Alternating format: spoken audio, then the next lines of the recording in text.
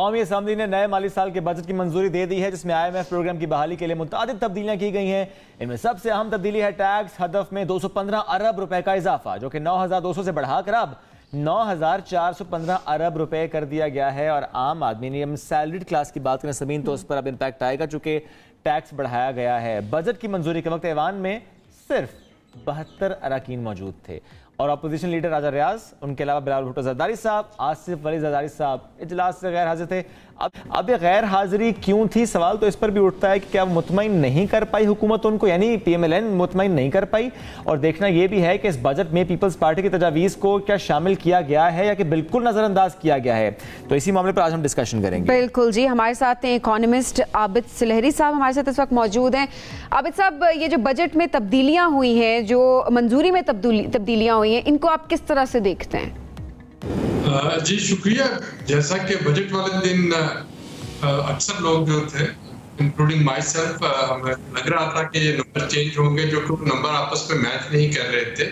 आमदनी और अखराजात के दरमियान जो अदम तवाज़ुन था, उस पर सबको डाल। उसके बाद IMF की जो एतराज़ात आए, स्पेशली एमनेस्टी स्कीम पे $1 लाख तक जो लाने की इजाज़त दी गई थी पाकिस्तान में बगैर सोर्स बताए, जिस पे टैक्स ना होना था। प्लस जो पर्सनल इनकम टैक्स है, IMF उस पर काफ़ी अरसे से हुकूमत के साथ दबाव डाल रहा था कि उसमें तरमीम की जाए। पहले तो यह ख्याल था कि IMF का प्रोग्राम अगर नहीं होता तो एक पॉपुलर बजट जो है वो दिया जाए, ताकि इलेक्शन के करीब आवाम को कुछ रिलीफ मिलने की उम्मीद दी जा सके और जो कि इलेक्शन में भी काम आए। लेकिन जब प्लान B, प्लान C नाकाम होते हुए नजर आए, तो जाहिर है कि प्लान A की तरफ ही जाना पड़ा। प्लान A है IMF। वजीर आजम ने अपने हालिया दौरा पेरिस में वहाँ पे IMF के MD से 2-3 दफ़ा जो मुलाकात की, और उसके नतीजे में बजट के नंबर जो हैं ये चेंज हुए हैं। इसमें जो पर्सनल इनकम टैक्स है वो बढ़ाया गया है। इसमें जो यूरिया और बाकी फर्टिलाइजर है उस पर अब टैक्स लग गया है। इसमें प्रॉपर्टी की जो लेन देन है उस पर टैक्स को बढ़ा दिया गया है।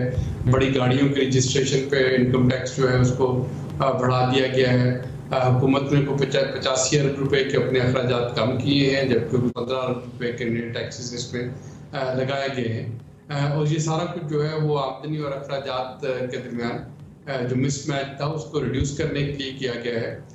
उससे पहले अगर आप देखें तो पिछले हफ्ते रात काफ़ी ताख़ीर से स्टेट बैंक का एक नोटिफिकेशन आया, जिसमें कि कमर्शियल बैंक को इजाज़त दी गई कि LCs जो लोगों की खोलने के लिए या इंपोर्ट्स क्लियर करने के लिए वो डॉलर रिलीज कर सकते हैं।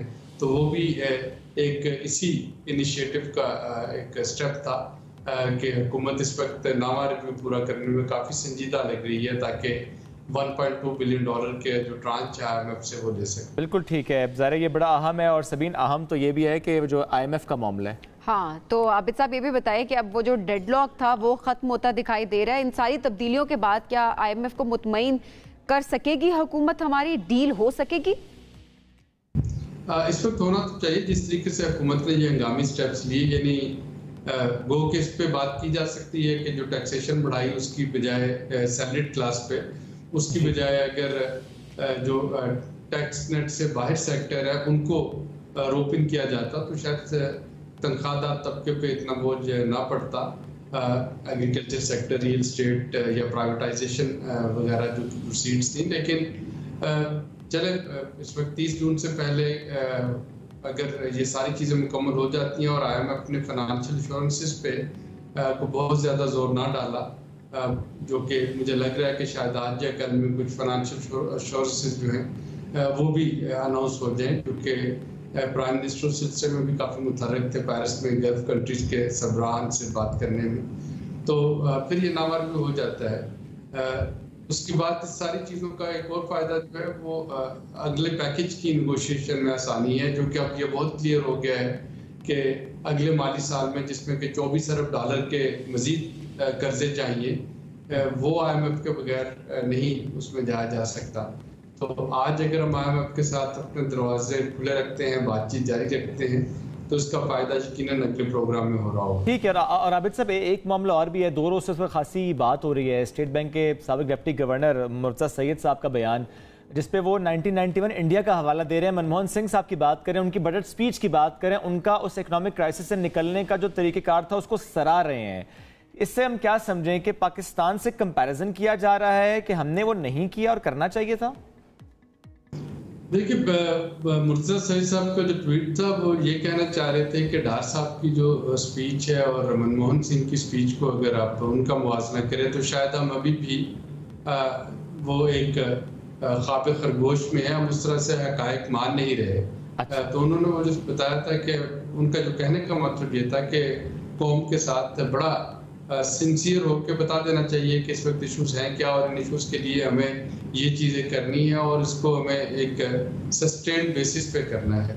अगर ऐसा कर लिया जाता तो फिर आपका जो 9 जून को जो बजट आया था वो यकीनन अगर उसी में सारी चीज़ें को एड्रेस कर दिया जाता, बेशतर चीज़ों को, तो हालात यहाँ तक ना पहुँचते जो कि पिछले 15 दिन में मजीद मार्केट को जो झटके सहने पड़े। इसी तरह से अगर यही सारी चीज़ें सितंबर में कर ली जाती तो उसी वक्त नामा रिव्यू जो है वो जो शुरू होता वो मुकम्मल हो चुका होता। नामा रिव्यू को फरवरी में मुकम्मल होने के बाद आपकी ट्रांच आ जाती, रुपए की कदर इतनी ना गिरती। तो डिप्टी गवर्नर का ये कहना था कि अवाम के साथ हमें थोड़ा सा सच बोलना चाहिए और उनको तमाम चीज़ें जो है वो बता देनी चाहिए ट्रांसपेरेंट तरीके से।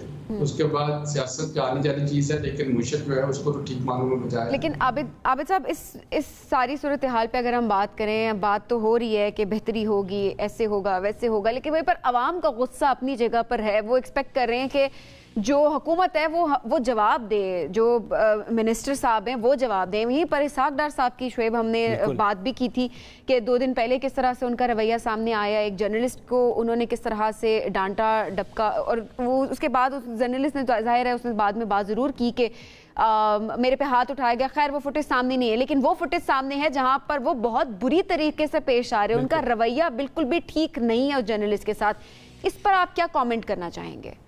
मेरा ख्याल है दोनों साइडों को इसमें ना एक रिस्ट्रेन का मुजाहरा करना चाहिए।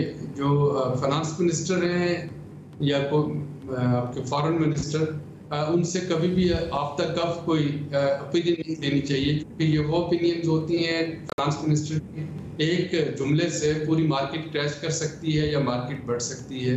फॉरेन करेंसी मार्केट टॉपर हो सकती है या रुपये की कदर में एकदम इजाफा हो सकता है। इसी तरह से फॉरेन मिनिस्टर के किसी एक भी आप तक अब जुमले से दोस्त मुल्क जो हैं वो दुश्मन बन सकते हैं, नाराज हो सकते हैं, दुश्मन मुल्क जो है वो दोस्त बन सकते हैं। तो इनसे राह चलते हुए कभी भी आपको पॉलिसी स्टेटमेंट्स जो है वो उसके बारे में नहीं पूछना चाहिए। लेकिन अगर पूछ भी लिया गया तो फिर जाहिर है कि मिनिस्टर साहबान के पास एक पेशेंस और एक सब्र तहम्मुल होना चाहिए कि उस तरह के सवालों को कैसे टाला जा सकता है। और उसमें जो हफीज शेख साहब थे उनका एक स्टाइल होता था कि बस वो नो कमेंट्स कहते वो कॉरिडोर से गुजरते चले जाते थे। या डॉक्टर शमशाद अख्तर साहबा जो थी जब केयर टेकर फाइनेंस मिनिस्टर थी, she never spoke any word in public, तो वो भी इस सिलसिले में बड़ी माइंडफुल थी कि पॉलिसी इश्यूज पे इस तरह से पब्लिकली स्टेटमेंट्स जो है वो ना दी जाए जब तक वो चीज़ें फाइनल ना हो। बिल्कुल ठीक है, ये बहुत मुनासिब ज़ाहिर बात है। ऐसे में आखिर में ज़रूर जानना चाहेंगे सर कि हुकूमत तो प्लान बी का जिक्र भी करती है, IMF ना हुआ तो प्लान है उनके पास, वही कहते हैं। आपकी नज़र में एज एन इकोनॉमिस्ट ऑप्शन क्या है हुकूमत के पास? क्या कोई प्लान बी वाकई हो सकता है? जी, प्लान बी जो है वो मैक्सिमम अगर आपका जाता है तो 12 अगस्त तक का है कि उसको रोल ओवर कर लिया जाए पुराने कर्जों को और ममालिक के साथ मामला को चलाया जाए। लेकिन ये जो सेकंड क्वार्टर है अगले माली साल का, जो कि सितंबर से शुरू हो रहा है, सितंबर टू दिसंबर, वो बहुत कठिन है।